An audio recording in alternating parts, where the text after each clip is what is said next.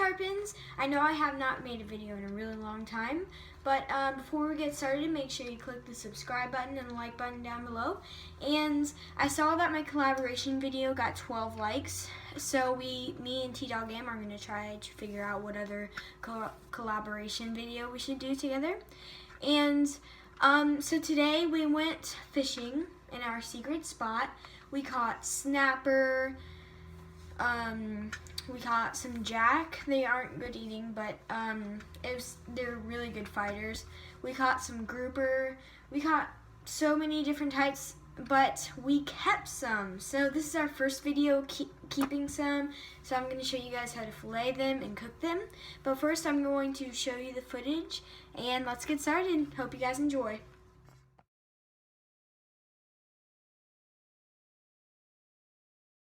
Okay guys, in case you don't know, right here I'm catching a jack. Again, they're not good eating, but they're really good fighters.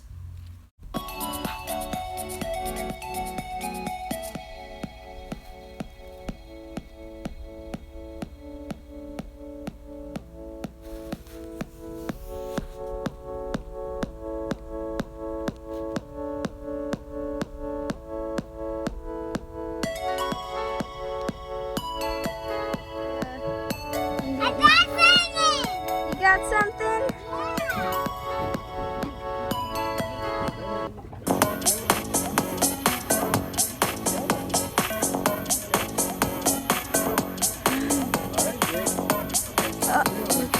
Fishy. Dig might have caught our fish. Look at that.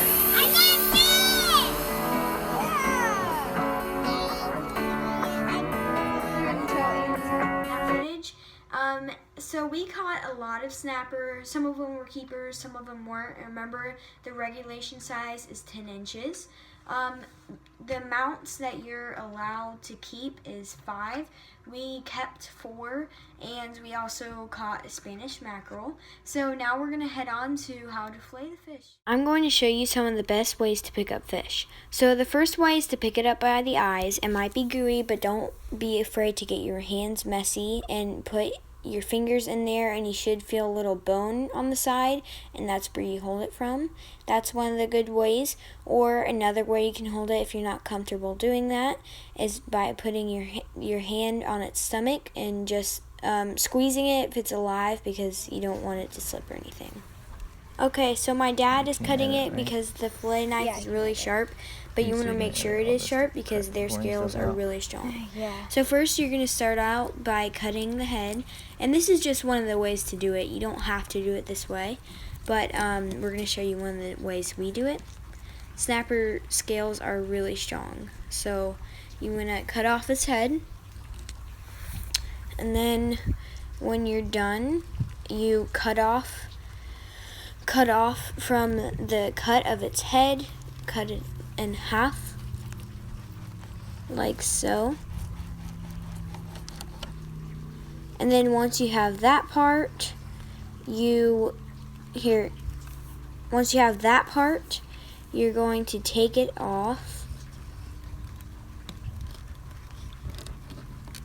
Some seeds might be a little hard to see, but you're going to take it off, and then you're going to fillet the skin off, but be careful not to cut yourself. You're going to hold the skin, and then you're going to cut the meat off of the skin. And then you can just throw the skin in the river. It won't harm anything. But yeah, you do have to be really careful when you're cutting fish, because you can hurt yourself. And then just throw it in the river, and then you're going to take your meat. Sometimes you can cut out bloodline of the fish. Sometimes people do that so it doesn't taste as fishy. You don't have to, but a lot of people do that. And then you're just going to flip the fish over, and then you're going to start again and do the same thing by cutting its head off. Next, we'll show you how to cut out the bones and the pin bones. So you're going to cut off its head. You're going to do the thing in half again. And once you're done with that, you're going to repeat the step of cutting the skin off. And I like watching this because it's like when you flip the fish over, it's like a whole new fish, like the meat, but you know, the other side is all cut up. When you're done with that, you just cut the skin off, and then we'll show you how to cut all the bones out. A lot of people, when they're done with the fish, well, you throw the skin and the bones in the water, but a lot of people, including us, we like to put our whole fish in the crab trap so that you can just, there's already fish in there, but so that you don't put it to waste.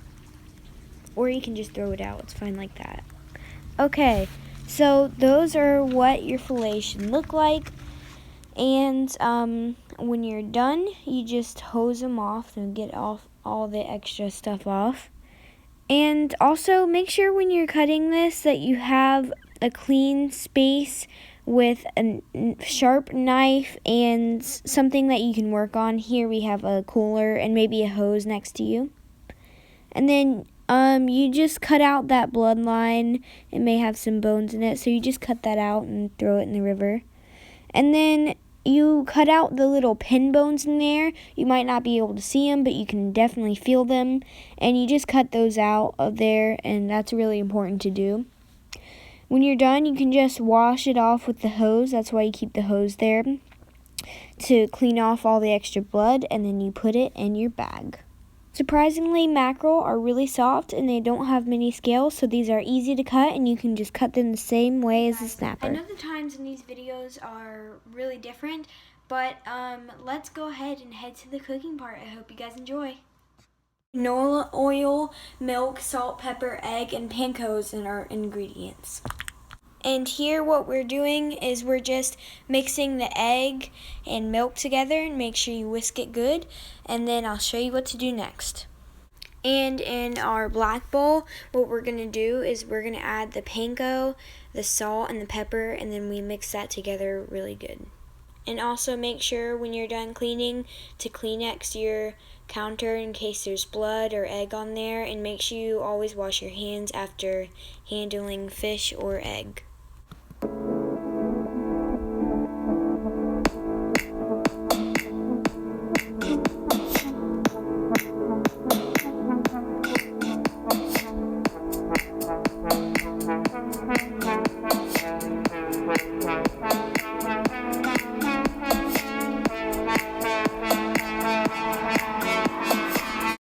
Okay, now that we're at the step of dipping the fish in there, what you're going to do is first you're going to dip your fish in the egg and make sure it's completely dipped in the egg.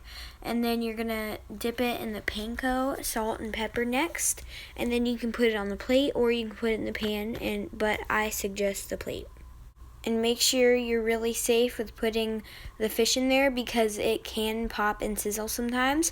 Plus, you just put it in there for 2 to 3 minutes because you don't want to burn it because it cooks really fast.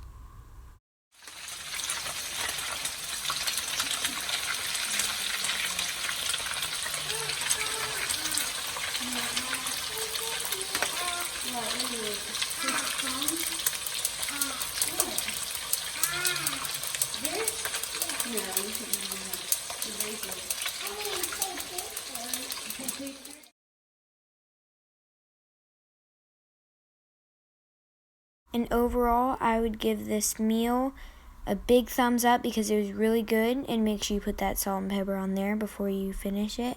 But it was really good and I would definitely suggest it.